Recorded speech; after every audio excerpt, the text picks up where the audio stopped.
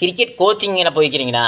பெரிய பெரிய கோச்சு கோச்சுக்கிட்டெல்லாம் போனோம்னா ஒரு இப்போ லோக்கல் இருக்கிற பசங்கள்லாம் பார்த்தீங்கன்னா, இங்கெல்லாம் பார்த்தீங்கன்னா ஒரு டீமுக்கு 5 பேர் 6 பேர் பவுலிங் பேட்டிங் ஆல்ரவுண்டர் இருப்பாங்க. இங்கே விடுங்க, நான் சென்னையில் ஒரு பக்கம் போனோம்.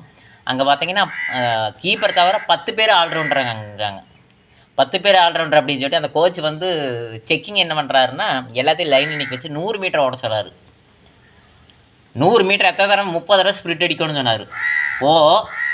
அங்கே மறுபடியும் இங்கே வா, 2 நிமிஷம் மறுபடியும் ஓடு, மறுபடியும் வா, மறுபடியும் அப்படியே 30 தடவை ஓட சொன்னேன்.